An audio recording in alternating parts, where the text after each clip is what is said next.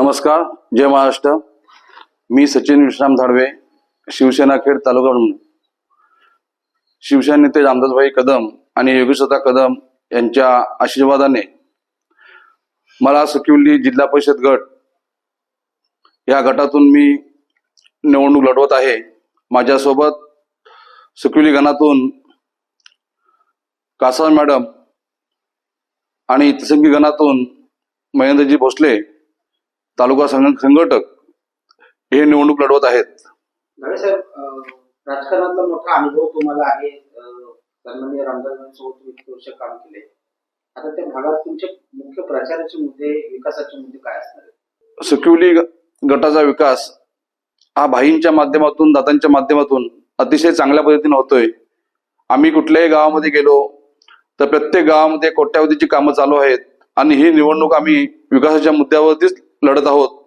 आणि दादांनी अतिशय चांगलं काम या भागामध्ये केलंय. त्यामुळे इथली जनता नक्कीच आम्हाला निवडून देणार आहे आणि आमचा विजय हा 19 तारखेलाच झालेला आहे. 19 तारखेला हजारोच्या संख्येने या खेड तालुक्यामध्ये जेव्हा शिवसेनेचे फॉर्म भरले गेले, आज तालुका प्रमुख म्हणून आम्ही सर्वांना फॉर्म भरण्याचं आवाहन केलं होतं. या खेड तालुक्यातून हजारो लोक फॉर्म भरायला या ठिकाणी आले होते आणि त्यावेळेस शिवसेनेचा या ठिकाणी विजय झालेला आहे. 14 पंचायत समिती आणि 7 जिल्हा परिषद हे 21च्या 21 उमेदवार शिवसेनेचे निवडून येतील. त्याबद्दल कोणतीही आमच्या मनामध्ये शंका नाही. साहेब, विरोधकांकडून देखील विकास कामांच्या आश्वासन दिली जात आहे. काही निधी आणला ते देखील सांगितलं जात आहे. त्याकडे तुम्ही कसं बघता? विरोधकांच्या ह्या फक्त अफवा आहेत. त्यांनी कोणत्याही कामामध्ये कुठलंही विकास काम केलेलं नाही.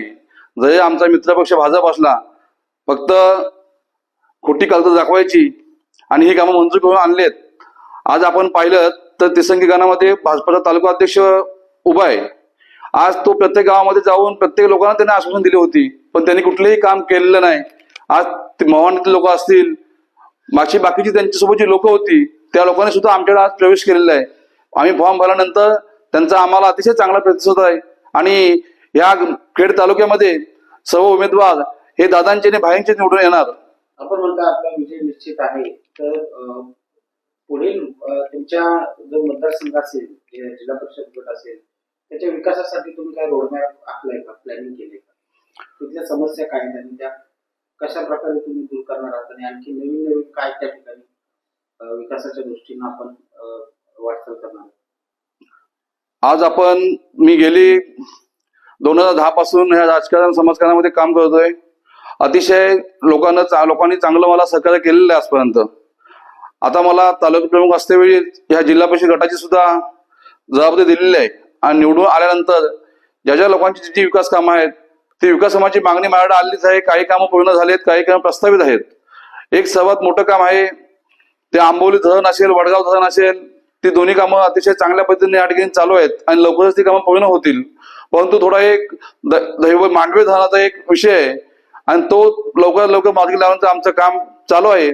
त्या पद्धतीने आपण दादांजवळ, भाईंजवळ प्रत्येक वेळी चर्चा करतोय आणि त्या धरणाचं सुद्धा त्याला सुप्रमा भेटलेली आहे. आता त्या अधिवेशनामध्ये त्याला निधी उपलब्ध होऊन तेही काम लवकर लवकर चालू होईल आणि सर्वात ते काम झाल्यानंतर माझ्या या संपूर्ण सुकिवली गटातील जी वरती गावं आहेत त्या गावांचा पाण्याचा प्रश्न त्या ठिकाणी सुटणार आहे.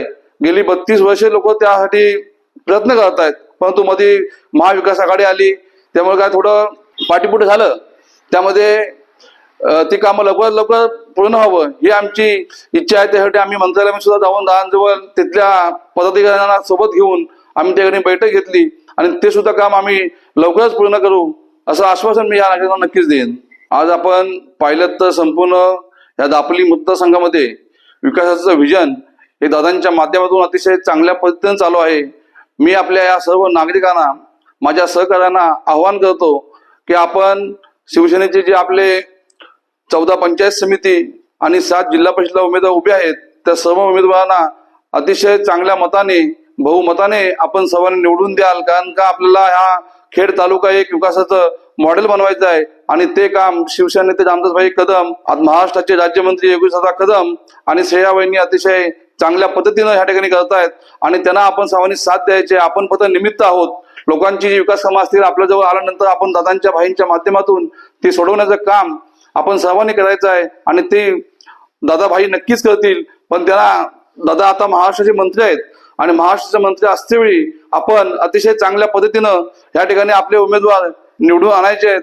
बांधवांनो, आपण जर पाहतोय जे आपल्या समोर उभे आहेत, काही ठिकाणी असे उमेदवार उभे आहेत त्यांची नाही ओळख नाही पाळख आयात केलेले उमेदवार या ठिकाणी उभे आहेत. असे म्हणजे ह्या 14 पंचायत समितींनी 7 जिल्हा परिषद म्हणजे मला वाटतं 50% उमेदवारांचे या ठिकाणी डिपॉझिट सुद्धा जप्त होणार आहे. त्याबद्दल चिंता नाही. काही उमेदवारांनी फक्त नावाला फॉर्म भरलेत, काही ते सेटलमेंट होईल अशा इच्छेनं काही लोकांनी फॉर्म भरलेले आहेत. आता बघूया 27 तारखेला कोण पार्टी करतोय कोण ठेवतोय, त्यानंतर संपूर्ण आपलं चित्र स्पष्ट होणार आहे. परंतु आज दादांच्या भाईंच्या माध्यमातून ह्या तालुक्याचा विकास झालेला आहे ते तुम्हा आम्हा सर्वांना मान्य करावं लागेल. आणि विकासाचं मॉडेल एक दादांच्या हातामध्ये आहे. दादा दूरदृष्टी नेता आहे आपला आणि अतिशय चांगल्या पद्धतीनं ह्या आपल्या तालुक्यामध्ये काम करत असतेवेळी दादांच्या पाठीशी आपण नगरपालिकेच्या निवडणुका पाहिल्यात त्या ठिकाणी 21-0 आपला विजय झालेला आहे आणि तोच विजय पुन्हा या खेड तालुक्यामध्ये 21-0 विजय होऊन विरोधक ह्या ठिकाणी भुईसपाट होतील. त्याबद्दल आमच्या मनामध्ये कुठलीही चिंता नाही.